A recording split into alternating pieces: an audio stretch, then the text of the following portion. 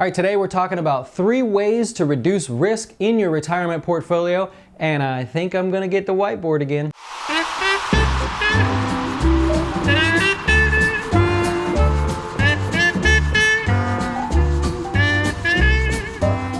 Yeah, we're totally gonna go with the whiteboard here. All right, so here's the deal.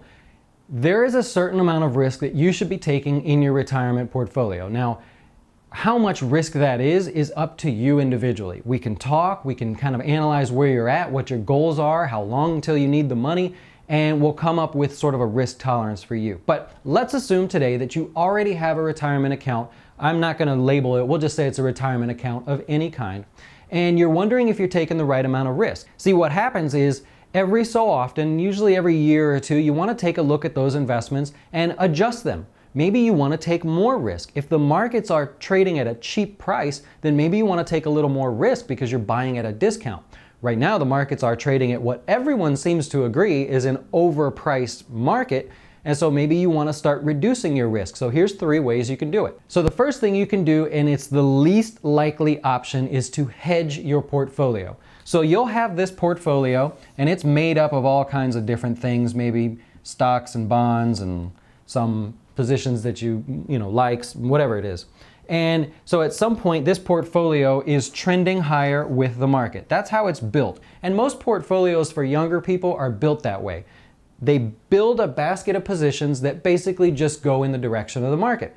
Now you're saying, okay, I have this, but the markets are at like 9-year highs as we speak here. And so you're saying, well, maybe I want to start hedging a little bit of this. Well, all that means is that you either take one of these positions and you turn it into a position that goes down when the market goes up.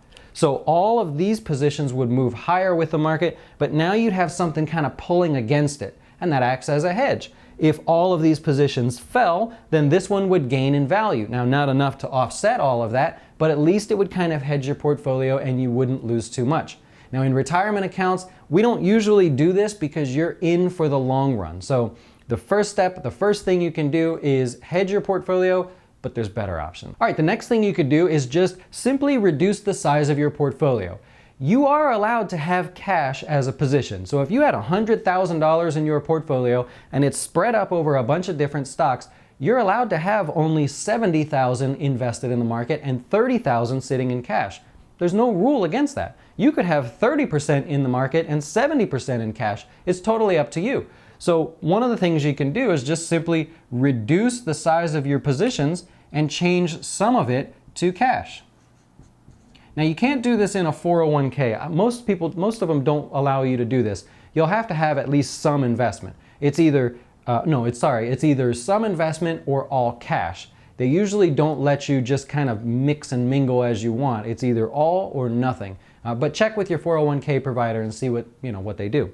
So that's an option as well. So you can hedge, that's number 1. And number 2, you can just reduce the size of your positions and start having some of it in cash. All right, and the third thing that you can do to reduce risk in your portfolio is take each individual position and rather than hedge or reduce the size of it, take each position individually and say go rent them out. So let's say this is a stock, and this is a bond, maybe this is an ETF, just using general things here. Instead of worrying about it and saying, they're all moving higher with the market, you can actually go take this and find someone to pay you rent every single month for owning that stock. Over here with the bonds, you can get someone to pay you some rent. Now, what does that mean? I mean, maybe this is something new and you've never heard this. If you go to our website, we actually have a bunch of great videos that are detailed as to what this means. But basically, we're talking about real estate and comparing it to your portfolio. If you had, say, 7 homes, right? Or what is that? 2, 3, 4, 5, so 6 homes. So if you had 6 homes and that was your investment portfolio, you reduce your risk by renting each one of them out to somebody. They pay you money each month and that helps offset your cost. Or maybe you paid it off, so some of that is your profit. But either way, Each one of these has a cost in your portfolio, and getting someone to pay you rent reduces your cost. So let's say you paid $100 for this stock, okay? And then, so it's $100 a share. And over time, each month, someone is paying you, some amount of money for rent, okay? That's gonna come off your total cost. So if you had 100 shares, I'm sorry, this is the worst handwriting ever, and someone were paying you $100 a month, then every time that you got, collected this rent, your cost would go down by $1, right? And then the next time it would keep going down. So the goal is to get somebody else to work your average cost down, which is going to reduce your risk. I hope I didn't confuse you. I hope you understand that this is just an analogy. We're using a comparison to real estate just to drive a point home. If you have more questions or you're like, whoa, that seems cool, but I don't understand, go to our website. We've got 4 videos there that go into detail specifically about how this works. And of course, if you have any further questions, you can call me directly or email me from there. Oh, go to our website. We have a schedule call feature. Just plug in a time that works for you. Give me your local time, actually. Tell me where you're from, and I will call you at your time that works for you.